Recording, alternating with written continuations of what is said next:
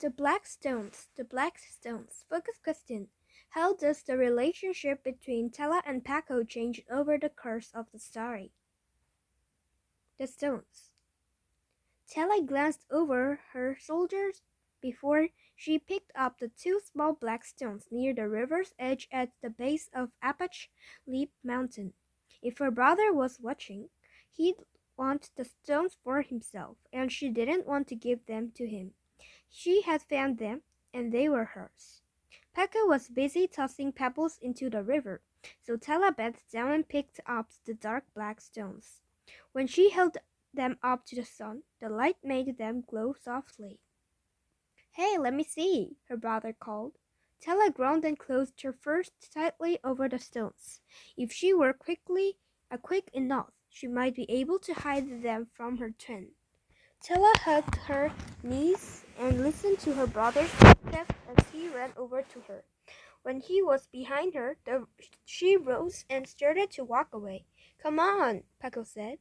"Show me what's in your hand." Tella knew that if she showed him the stones, her brother would beg her to give them to him. She knew that he would keep on begging until she blew up or gave in. Tella swung around to face him. "These stones are mine," she shouted. "I found them, and I'm keeping them, no matter what you say. Just show them to me." Paco shouted back as he grabbed her fist and tried to pry it open. "Mom!" Tella cried. "Mom! Paco's bothering me again!" Mrs. Yates stood up from the rock where she had been sitting quietly for the last half hour. She had been thinking about how difficult her life had become. The death of her husband 3 years ago had left her very sad.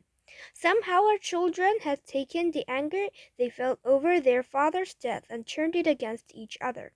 If only they could learn to get along, she thought as she made her way down to the river. If only they could be friends. Mrs. Yates dragged her twins apart and set them down on either side of her. She waited to see if either of them would apologize, but neither of them said a word. "I was the one who found the stones," Tella said. "Paco tried to take them away from me. It's his fault. I didn't do anything." "Yes, you did," Paco yelled. "You wouldn't even let me see what they looked like. I saw you holding them up to the light. I just wanted to look at them." "They're mine," Tella shouted.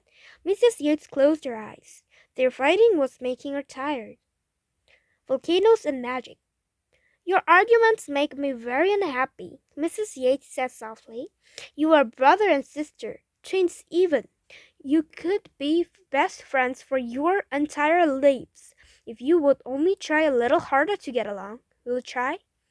Tella and Paco started silently at the river. Mrs. Yates could tell that they did not plan to get along, now or ever. She sighed and held out her hand. "Give me the stones, Tella," she said. "But that's not fair," Tella whined. "I found them, not Paco. They're mine." Mrs. Yates waited. Tella was filled with anger, but she dropped the shiny black stones on her mother's palm. "It's okay to be angry," her mother said. "Sometimes life seems very unfair. Sometimes the things we love get taken away from us, and there's nothing we can do about it.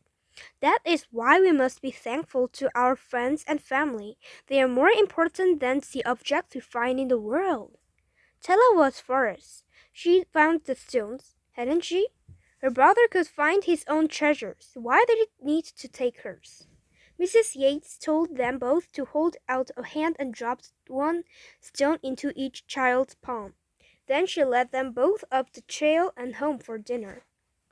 Tella and Paco were twins, but they were very different. Tella looked at the world as a scientist. She wanted to know why the sky turned orange at sunset and how a seashell made a round when she held it to her ear. Paco, on the other hand, saw the world as a magical place filled with poems waiting to be written. Paco admired the beauty of an orange sunset and the mystery of the seashell's echo. Paco wondered if his stone could take him into magical worlds. Maybe if he rubbed it 3 times, a genie would appear. Or perhaps it was a good luck charm that would protect him all his life. When Tella looked at her glassy stone, her mind filled with questions. How long had the stone been there? How old was it? Had it been formed by a volcano? The twins argued about what it was and what it isn't, and who was right and who was wrong, and "Stop it!" Mrs. Yates shouted when she just couldn't bear to listen to them for one more minute. "But it is a volcanic glass rock," Tella said. "I know it came from inside the earth." "You're wrong," Paco yelled. "I know it's a magical good-luck stone." Mrs. Yates groaned and led the twin to the computer. She sat down between them and turned it on. The experiment. As the computer started up, the twins started to argue about what website they would look at first, but their mother quickly stopped them. "May I ask the two of you for a favor?" she said quietly. The twins waited. "I would like you to do an experiment," she continued, "as a gift to me. I would like you both to research your stones without arguing, just these once.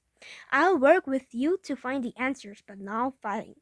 I want you to understand that life is much more peaceful if you work together to solve your problems, okay?"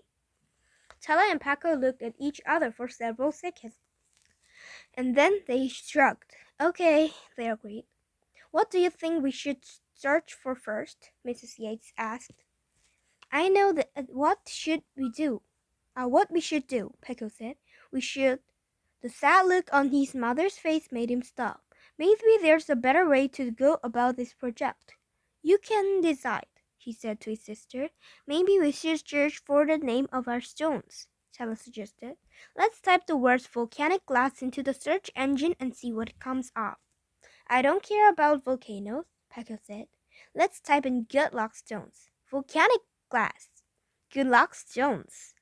Mrs. Yates put a gentle hand on each of their shoulders. When they were quiet, she made a suggestion. "How about both?" she said. "And how about we add where you found the stones as well?"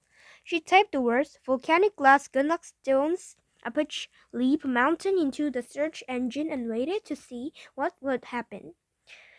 When their search results appeared, Paco and Tella looked at them together. One of the short website descriptions used nearly all of the words they had used to search. "Let's go to that one," the twins said at the same time. Paco and Tella looked at each other in surprise. For once, they had agreed in something. While the website loaded, the phone rang. Mrs. Yates went to answer it, leaving Tella and Paco alone. They both wondered if they could get along without her. Searching for answers. The website showed a picture of rocks that looked like the stones Tella had found. Paco and Tella compared their stones to the ones on the page in front of them and grinned. "That's our stone," they said as exactly the same time. "I told you," Tella shouted, poking her brother. "Our stones came from inside the earth. They are obsidian and were made by a volcano, so I'm right." Paco was too busy reading a different part of the page to listen to his sister. When he finished, he said, "I'm right. I'll tell you these stones are water good luck stones. See that?" Tala said as she pointed to the part of the page she was reading.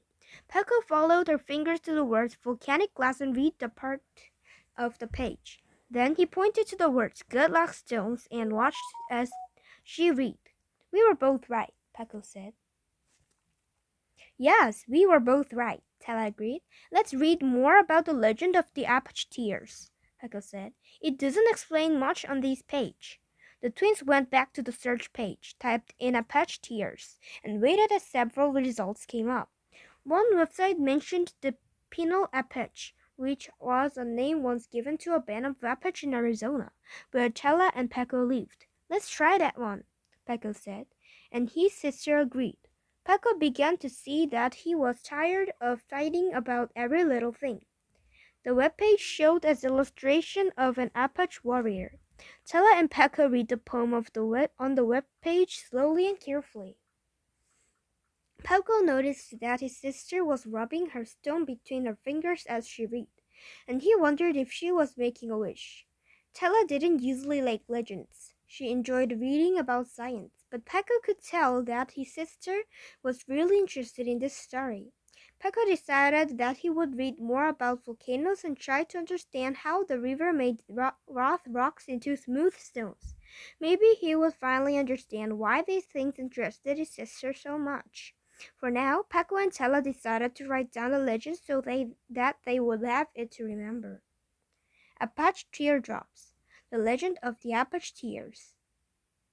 Long, long ago, before the white man came, the Apache roamed free. But a time came when the white man began to move west in search of new land, hoping to protect their lands. Apache warriors came out to meet them, but the white man killed many Apache warriors. Some were driven to the edge of a cliff rather than be captured. The Apache warriors jumped from the cliff to their deaths. The Apache women heard of their warriors' deaths, and they were filled with great pain. Their despair was so deep that the Great Father embedded their tears into the black stones and rested in the river. Whoever carries these stones will have good luck always, and whoever keeps these stones close will never again cry tears, for the Apache woman had tried tears in their place. Peko and Tella sat back and studied her stones in silence. They raised them to the light and looked into their centers. They thought about the woman who had carried for their men, and they felt sad. Then they shut down the computer and held their stones tight. When their mother returned, they told her the legend of the Apache Tears. They took turns speaking without talking over each other. Mrs. Yates was touched to see how the story had affected her children. "Can you see the tear of an Apache woman?" Peko asked her, and as he held his stone up to the light. Mrs. Yates took the stone and held it up to the light. "I think I do it. I think I do see it," she said. "It's a tear for the man she lost, and it's a tear for the sad children he left behind." She gave the stone back to Peko, closed his fingers over it, and squeezed his hand lightly. "It's a tear that says I wish my children were happy." Peko and Tella gave each other a long look. They understood that their father was not coming back and then that they needed to find a way to live peacefully as a family again.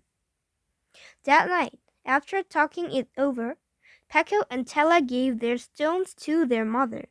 At first, Mrs. Yates wouldn't take them because the stones seemed to have made her children friends again. In time, Peko and Tella convinced her that they wanted her to have the Apache Tears. Mrs. Yates slept with the stones under her pillow that night. The next day, she went to a jeweler and had the stones made into a necklace. When the necklace was ready, she slipped it on and never took it off again. Apache Tears really had brought them all good luck.